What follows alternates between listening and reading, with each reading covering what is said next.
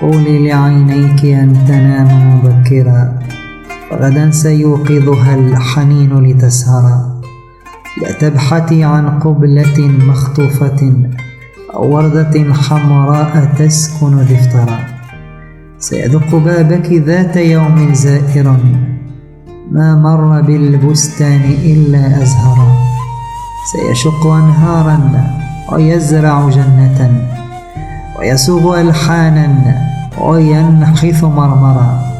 سيعلم العينين أن تتألقا، وسيأمر الجفنين أن يتكسرا.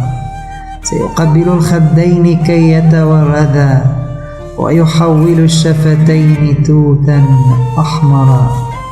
وسيسبق الدنيا ليمنح وردة للناهضين الناهضين من الكرى. لا تذهبي للورد قبل أوانه، للورد ميعاد ولن يتغيرا.